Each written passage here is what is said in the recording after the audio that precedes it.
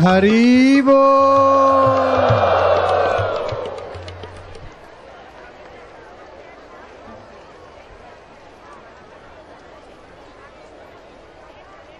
नारायण नारायण नारायण नारायण।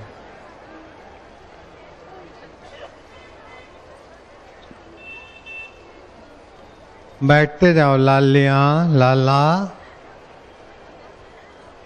अच्छा, अमेरिका वाले भी आ गए। जिन्होंने मंत्र दीक्षा लिया है 33 प्रकार के फायदे हुए और लौकिक फायदे कई अलग से। दवाइयाँ कम हो गई, झगड़े कम हो गए, अशांति कम हो गई, बीमारियां कम हो गई, ऑपरेशन से बच गए, बड़ी नौकरी मिल गई, ऐसा वैसा। ये और फायदे बहुत सारे, 33 प्रकार के आध्यात्मिक फायदे और दूसरे फायदे हुए। हार्ट अटैक कभी नहीं होगा मेरे शिष्य को, हाई बीपी नहीं होगा, लो बीपी नहीं होगा, शनिचर का ग्रह उस पर प्रभाव नहीं डालेगा। अगर है 100 माला जप करो, आशीर्वाद मंत्र की शनि देवता चले जाएंगे। जॉन्डस नहीं होगा, पीलिया अगर है 50 माला जप करो, पीलिया गायब। ये और फायदे कई होते हैं, 33 प्रकार के आध्यात्मिक फायदे और दूसरे फायदे कई हुए हैं। ऐसे जो लोग हैं जिनको फायदे हुए हैं वे हाथ ऊपर करो तो गिन लो कितने हजार हैं, कितने लाख हैं, क्या। जिन्होंने दीक्षा नहीं लिया है लेकिन सत्संग में आने का सौभाग्य हुआ है, मंत्र दीक्षा नहीं लिया, वे हाथ ऊपर करो। मंत्र दीक्षा नहीं लिया, हाथ हिलाओ तो। दीक्षा नहीं लिया, निगुरे हैं, फिर भी अभागे नहीं है, सत्संग में तो आ गए। अभागा आदमी तो सत्संग में भी नहीं पहुंच सकता है। बुद्धिमान हो सकता है अभागा, लेकिन अभागा तो अभागा है। राजा इंद्र बुद्धिमान थे, राज करते थे, लेकिन अभागे सत्संग से वंचित दूसरे जन्म में क्रिकेट हुए। राजा अज बुद्धिमान तो थे लेकिन अभागे रहे, दूसरे जन्म में सांप बन गए। मुसोलिन बुद्धिमान तो था, इटाली का राजा, लेकिन अभी प्रेत होकर झील के किनारे भटक रहा है। इब्राहिम लिंकन बुद्धिमान मानवतावादी था, लेकिन राष्ट्रपति था अमेरिका का इब्राहिम लिंकन, अभी व्हाइट हाउस में प्रेत होकर दिखाई दे रहा है। जिसको भगवान के साथ जुड़ने वाली दीक्षा शिक्षा नहीं मिली, वो चाहे ऐहिक जगत में कितना भी बड़ा आदमी दिखता रहे, लेकिन दुर्भाग्य उसका पीछा नहीं छोड़ेगा।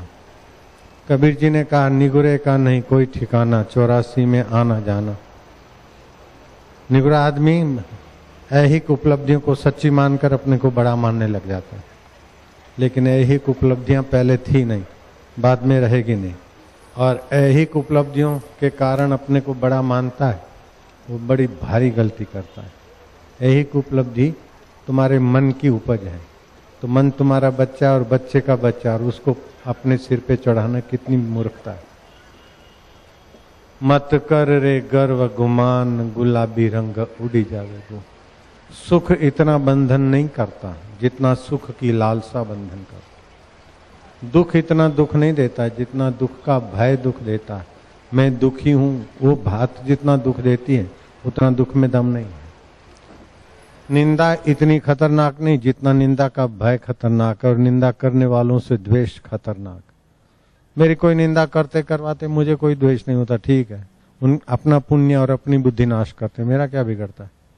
मैं तो उनका भी मंगल चाहता हूं, तो मैं सदा फायदे में रहता हूं। गांव में मानो बाढ़ देखते रहते हैं, एक कुत्ता भौंका, दूसरे भौंकना चालू कर देते, रात भर भौंकते रहते। क्यों भौंके? बोले वहां से आवाज आई, वहां से आई, रात भर भौंकते रहते। लेकिन बुद्धिमान सोने वाले आराम से नींद लेके सुबह जगते, वो भौंक भौंक के थकते। ऐसे ही जो आराम लेना चाहता है भगवान में, वो निंदा स्तुति कहूं छोड़कर अपने राम में आराम पाने की कला सीख ले। कांटों को फूलों में बदलने की कला सीख लो, वैर को प्रीत में बदलने की कला सीख लो, हार को जीत में बदलने की कला सीख लो, कांटों को फूलों में बदलने की कला सीख लो। अगर है सतगुरु कामिल तो मौत को मोक्ष में बदलने की कला सीख लो।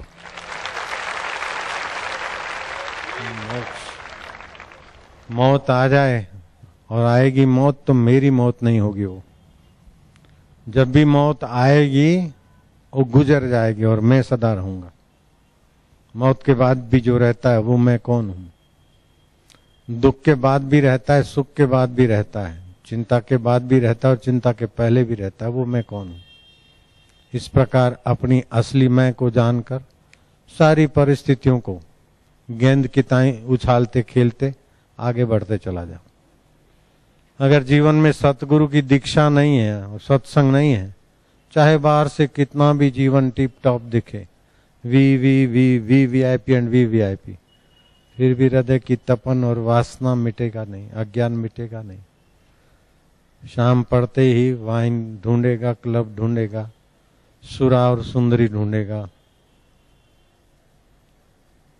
वो आदमी कितना लाचार है कि सुख के लिए बाहर की चीजों की गुलामी, निर्वाह के लिए बाहर की चीजों का उपयोग करना अलग बात है, लेकिन सुख के लिए बाहर की चीजें मिले, वो कितना पराधीन जीवन है। और जब भी सुख आता है तो अपने आत्मदेव से ही आता है। तो व्यास पूर्णिमा हमें स्वतंत्र सुख, स्वतंत्र ज्ञान, स्वतंत्र जीवन का संदेश देती, हमें अपनी महानता का दीदार कराती।